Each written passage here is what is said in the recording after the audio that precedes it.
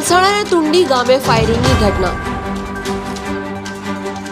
દ્વારકેશ સોસાયટીમાં ક્રિકેટની રમત બાબતે કરવામાં આવ્યું ફાયરિંગ। વિકાસ નામના યુવકની અન્ય લોકો સામે ક્રિકેટમાં ઝઘડો થતા ફાયરિંગની ઘટના બની।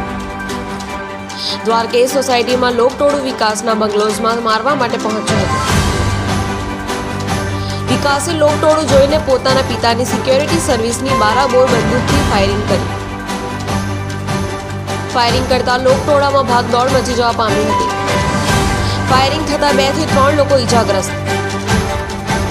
ફાયરિંગની ઘટનાને પગલે પલસાણા પોલીસનો કાફલો ઘટના સ્થળે। ફાયરિંગમાં ઈજાગ્રસ્તોને નજીકની હોસ્પિટલમાં ખસેડવામાં આવ્યા। ફાયરિંગના પગલે ડીવાયએસપી પણ ઘટના સ્થળે દોડી આવ્યા।